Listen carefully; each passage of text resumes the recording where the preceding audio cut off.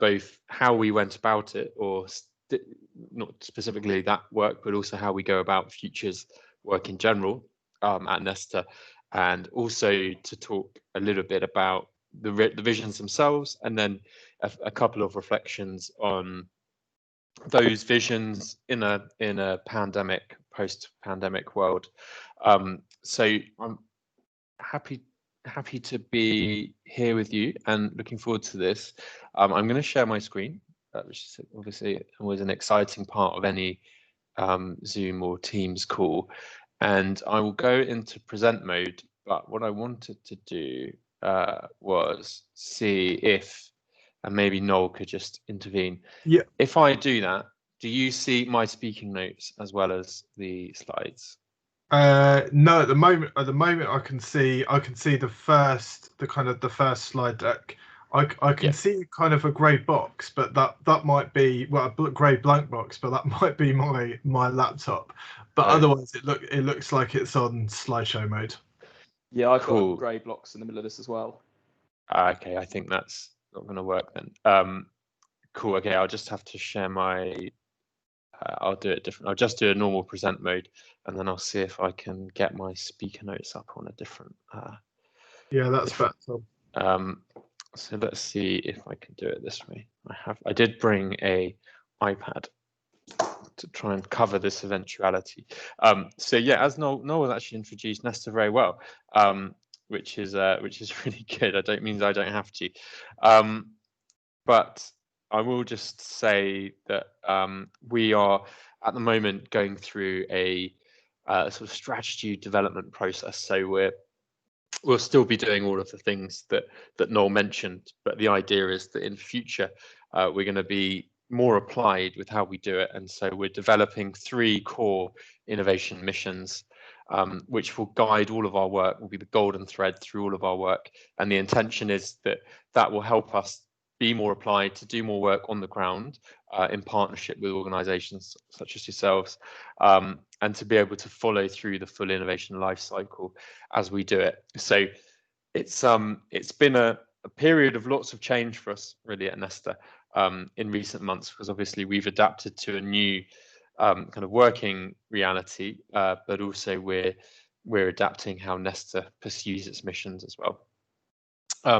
But this is all kind of the work that led up to that change really at Nesta, and it's something that was just underway when I joined, which was about 2015, and Nesta just started exploring this sort of emerging field of foresight and futures. We certainly didn't invent it, but we did really get involved in how it was evolving, and start applying it to innovation. I think originally a lot of the sort of scenario planning and foresight work was the preserve of kind of corporate world and organizations like Rand and Shell, who made it really popular decades ago, but it's now increasingly used in government and in policy and innovation world where we are at the moment. So I'm just trying to, I'm unfortunately, I don't know if I'm going to be able to get my, I don't know if I'm going to be able to get my speaking notes. It's a bit awkward. Anyway, I'll just carry on. So this is some of the examples of futures work that we've done in recent years. Radical Visions is one of them, which is what I'll talk about specifically today, but we've done a number of pieces. We've looked at things like the NHS, local authorities, personal data economy, digital social innovation, sharing economy. We've done many more projects than these, but just give you a sample of them. And this is the slide we usually use to talk about what it is. And the first and most important thing to say always is that it's not about trying to predict the future.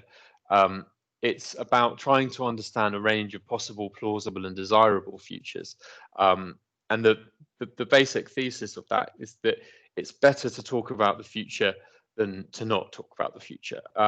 If you are to talk about it, it gives you a chance, it gives you a chance, no matter how small, to have some kind of agency and ability to shape it. And so by doing that, you're not you're not predicting what will happen, but you are trying to understand all of the different things that could happen. And from that, you can start to backcast and think about the actions you could take now to get to the preferable or desired future. And it's now a field that comprises a huge number of different individual methods, really. And some of these are fairly standard. So things like a SWOT analysis is really a futures tool. Others of them are slightly more embryonic or new, but it really fits into these four main brackets. So gathering intelligence about the future, which would include things like horizon scanning or the issues paper or the Delphi method, exploring the dynamics of change, so driver mapping, scenario mapping, axes of uncertainty, describing what the future might look like, which can include things like speculative design, visioning, science fiction, and then developing testing policy and strategy, where you can think of things like simulations, games, policy stress testing, backcasting, road mapping, etc. So I'm sure some of these will be familiar to you, if not all of them. I should say, just in the interests of acknowledging the sources of work, that these are heavily adapted from the Futures Toolkit from the Government Office of Science. And that's a great guide if you want to read more into any of these. So just to go through how some of those work in a bit more detail, just give you a sense of some practical examples of how they've worked. So for instance, scenario planning is something made really famous by Shell. They were one of the pioneers in this field, and it's really just trying to answer the question, what if? So this is an example of, I think, in the UK, coastal areas that are likely to or already being affected by climate change and the sort of factors associated with that. And this particular project was a chance to understand, I think, in different scenario terms, what that meant. This would be really helpful to have my speaker. Anyway, I'll skip over that one. Second one is around speculative design. So this is an example of some work that Nesta actually worked on or contributed to. And what we were trying to understand is what a future world might look like in which there was really widespread food insecurity and what that could mean. And so in that world, we started to understand how we were trying to envisage how new tools, things like artificial intelligence or machine learning, could influence how we cope with a world in which there is a very high food insecurity. And so some of these are physical prototypes or products that might emerge from a much more algorithmically or artificially intelligence driven world to creating food and combating food insecurity. So these are some of the prototypes. We also had some sort of physical installations, and this was all part of not the sort of conference / exhibition type event that sometimes people you see happening. And this was the kind of situation room where people could see how the computer systems would deal with in real time, how they would deal with food insecurity, and the implications of having a world in which food and technology are completely independent. And for instance, this is an example in which a cyber attack interferes with the food control system. And this was what it looked like when it was in the exhibition hall. And so people could come along and talk to us and interact with it and share their perspectives on it, which is another sort of crucial part of the futures process, is that it is a participative process, and that what you're presenting to people is not necessarily the ideal or the desired solution. It's a possible version of it, and getting people's views on that, getting them to participate in things like that is as an essential part of the process as what the ideas might be in and of themselves. And so because the future can be sort of very amorphous and difficult and impossible really to pin down into anything specific, the foresight process can be a means of trying to make it less amorphous, trying to put more specificity on it. And broadly speaking, all of these things will match this basic process, which is to identify the problems or the issues that you have, to then do the scanning process, which is thinking about, what's your awareness of change, through to what are the impacts of change. And that then gives you the basis to imagine possible futures, alternative possible futures, in which you can put a kind of more normative judgment of what the preferred ones are. And that then leads to the final point, which is developing and testing policy or strategy that would help get you to that point. And an example of that, the simulation and the games bit, can be things like the DEC 2050 climate calculator, where you can come up with different policies which would help to reduce carbon emissions, and you can see how much different policies would contribute to that and the different trade-offs that would be involved in that kind of process. A similar process is something called participatory futures, and an example is the Newcastle 2065 project, where future visions for Newcastle situated in 2065 were designed in a sort of co-created process, and it was done to support the strategic planning and to develop action networks across the city to help address their future challenges. The central part of the project was high-level engagement with city residents to leverage the tacit knowledge held by them, so that that tacit knowledge could influence the decisions about where the city goes next.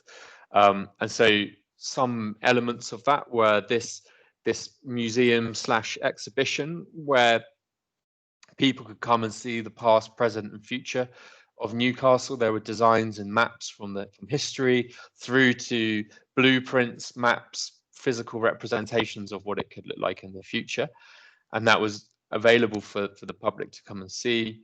There were similarly lots of workshops and sessions involving children, young adults, all the way through to older generations, where people could come and through craft they could prototype and make and sort of contribute ideas physically into what it should look like.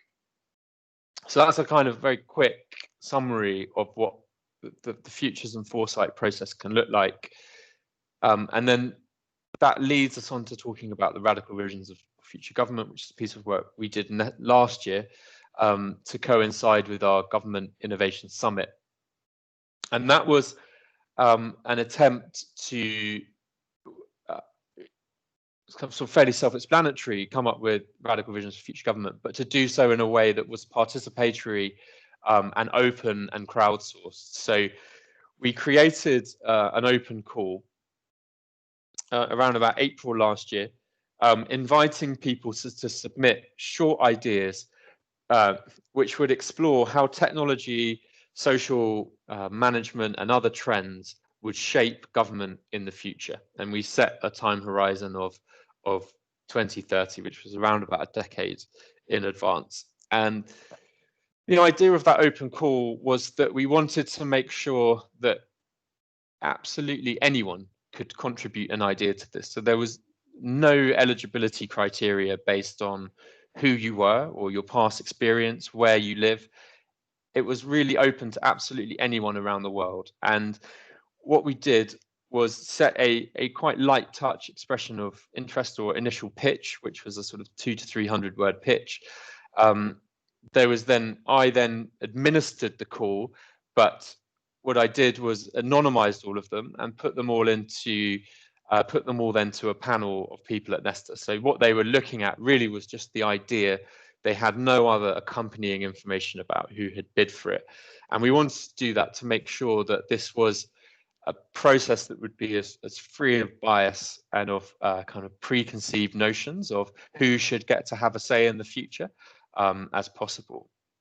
So we did that, and that took place over the spring. And by the time we got to the summer, we had selected around 15 to 20 people or collectives who wanted to contribute a vision, and they'd all been scored on the sort of radical and excitingness of their vision, solely just on that basis, without really considering where they came from or any of their sort of more traditional credentials. And we hoped that crowdsourcing process would help to generate a really wide range and diverse set of different visions that would represent lots of different views and modes of thinking about the world. And so I thought I'd just talk you through some of them, and what people came up with. This is as an example of speculative design, and it was an entry called Forest for the Future. And this was a collective of artists who all live in Waltham Forest. And what they did was they all tried to imagine the future of Waltham Forest through maps and through paintings and other forms of illustration, and then to tell stories around those artworks. And so in the collection we have both pictures of the artworks, which were also exhibited in a physical gallery, and when we had our summit we had many of them on the walls around the venue of the summit, but there was also storytelling which took place alongside that, and tried to explain how Waltham Forest had gone from where it was in 2019 to this future vision, and what that would have meant for things like street names and civic and cultural institutions.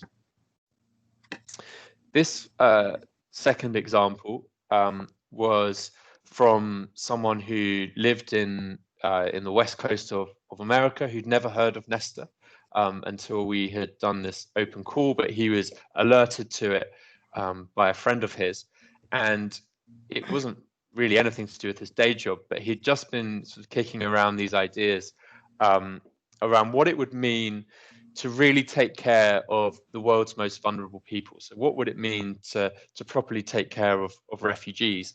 And what that led him to was an idea of having a brand new country, and that country being essentially based on principles of a kind of startup. And what it would mean is that for people who were refugees, they could have immediate residency in this country, and it would be a place where they could try and rebuild a life. And so that was the kind of vision, and what the form of the entry took was as if it was a feasibility study for the UN to describe what it would mean to have, to describe the process of creating a startup country. And so this represents a sort of form of road mapping, a different type of futures method, which I mentioned to you before. And I thought that was a really neat way of conceiving both a great idea, but also of sort of combining it with futures methods to start understanding the implications of that and how you would get to a preferred version of it. This is a form of speculative fiction. So it's a different entry, which was a piece of fiction written by someone who worked in local government. And the basic premise or the narrative device of this fiction is that someone goes to sleep in 2019 and they wake up in 2030, and they experience in very stark terms the differences between that world and the old world. And in this future world, the main thing that has changed is that time has been recognized as one of the most, if not the most important asset available to all of us. And so tangibly what that means in this future world is that people no longer work on Wednesdays. And because people no longer work on Wednesdays, they're free to spend that time being better partners, family members, and civic participants. And so by being able to contribute a lot more in those ways, it means government can become smaller, more human, and more focused on what government is truly there to bring value for. So I thought that was a really neat piece of speculative fiction, which also came with it some really incredible original design by another illustrator who was connected to the person who wrote the story. This was a piece submitted by two academics from Cardiff University, one from Cardiff University rather, and one from Columbia University, but who do a lot of work together.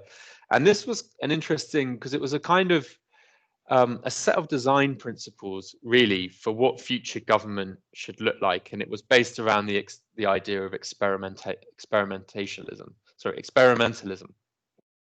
And so in this, they kind of explore why government needs to be more experimental, but then it sets out a series of principles for how we would get there. And again, I thought that was a really neat way of trying to match up both the future vision with a sense of what we could do today to get us there. And then the final one I'll just talk to. There are many others in the book, but the final one I'll talk to you about was called the Shared Power Principle, and this was contributed by the Centre for Public Impact, who you may know. But what they wanted to do was explore this idea of shared power, but they didn't want to do it through a kind of traditional report structure. And so what they did was try to distill it into a design, and the kind of mechanic they chose was, what if we were trying to advertise the shared power principle as if it was a board game or a card game? And so they worked with a designer to take the principles of shared power, which they had been developing for a number of months or even years, and then they tried to work to distill that into an advert for a board game. And the idea is that was really just to ask the question of, like, could we communicate this idea of shared power and what it might mean for government in a different way, in a way which gets people to think a bit differently than a more traditional form of a report. And what they did for the summit where we launched this was they actually had the cards printed out physically. And so at the summit, people were able to see what those cards would look like. I don't think they quite got as far as designing an actual game mechanic, but it was quite a neat way of trying to communicate an idea or a vision of the future, which I really liked. And so that's the end of sort of formal presentation, and at the point at which I'll stop sharing my screen, if I can work out how to do that. Stop sharing, there we go. And just finally then to offer a couple of reflections on those. And I suppose at this point it's necessary to sort of jump slightly, because when COVID hit, we were doing a piece of work. We were running something called the Upstream Collaborative Network, of which 3 London authorities were participants: London Borough of Redbridge, Barking and Dagenham, and Newham. And that was a network of 20 local authorities from England and Wales, exploring how we go upstream. But it sort of focused on a narrow preventative agenda. It did include a lot of stuff around prevention, but it was also about how we might sort of further distributed leadership models and new ways of thinking about value and outcomes, and lots of associated debates. But when COVID hit, we were running that research program, and we decided that we had the opportunity to pivot one of our planned pieces of research, which was going to be a fairly standard how do we get to this kind of future, and instead we were able to pivot and use the work with the local authorities and the Upstream network as almost kind of research studies into how local government had responded to COVID and what that meant in terms of the principles of the Upstream Collaborative Network. So over a course of 12 weeks, the first 3 months really of the pandemic, April through to July, we had weekly interviews with our participating councils. And then we did our interviews in a very iterative way. So each week, I think it was actually every fortnight, was like a different research sprint with a different research objective or question. And then we would summarize all of those responses and then present them back to those participating councils every fortnight. And we did that for 3 weeks, wrote it up, and then published that in September. But that gave us some really interesting insights into what local government was doing, how it had coped and how it had managed throughout the crisis. And I suppose the sort of top line argument, which maybe won't be a surprise to any of you, but is that we really felt that what we really felt was that the sort of decentralized nature, well, the decentralized approaches had been far more effective than centralized approaches in terms of dealing with the pandemic. And so while we didn't go into a long critique of central government initiatives that came in the first bit of the pandemic, which had failed, I mean, we could have done that. We chose not to. We instead preferred to focus on the more positive angle, which was the fact that at a local level, where councils and their partners in community and voluntary sector and the rest of the public service ecosystem were much better placed to deal with many of the issues coming up, thrown up by COVID. And so what we witnessed through our councils was that everything through from trying to mobilize volunteers, distributing food packages, trying to care for the vulnerable, supporting, shielding people, all sorts of things like that. Local authority was much better placed to do that because they were better connected to what was happening on the ground. And the local authorities that we were talking to were already pursuing lots of initiatives which sort of echoed the principles of the Upstream Collaborative Network, to do with sharing of power, to do with trying to put power in the hands of people who are on the front line and in communities, and not just held in the hands of senior directors and councillors. And so I think what was interesting about that is that it did have large echoes back to some of the visions that I've spoken to you about today. Obviously, the shared power principle being one of them, but I think also things like Beneath the Stones. I think you can see echoes of that coming through and being accelerated by things like COVID, where there was a really huge upsurge and people wanting to contribute more to their local agency. And in some cases, but not all cases, being more able to do that because they had a bit more time on their hands, either through things like because they were furloughed, or just because their normal, like, kind of routine slog of commuting for hours to go to an office and doing a kind of like being subjected to long hours culture, was replaced by what was for some people a much sort of freer and nicer reality of working from home, not having all of that time spent commuting, and being able to spend more time sort of looking after your kids and family. Obviously, there were many challenging aspects of that for a lot of people, but I think that it was also a lot of positive things that were reported by it. I can see the time, which says that I've been rabbiting on for around about half an hour now. So because I know there's breakout sessions, I'll stop there and hand back to Noel. Great, thanks a lot for that, Tom. And it's like such an impressively diverse kind of set of methods tackling all kinds of different challenges. And I think, you know, for an organisation to open up to, you know, all kinds of different people, not just those people working on the specific issue or from a specific sector, is a kind of like shows how you can get that diversity. And I think that's a kind of lesson in and of itself for us working in councils, when we see the diversity of skills and people in our local places that can help us shape strategies and develop ways to tackle issues, and also for your reflections on the work that you've done with councils during the pandemic. So we've got kind of a bit less than half an hour. So what we're going to do next, I've invited you all to kind of different breakout rooms, where you'll see in the invite there's a Google Jamboard, which you should all be able to access, and within that there are two kind of key questions.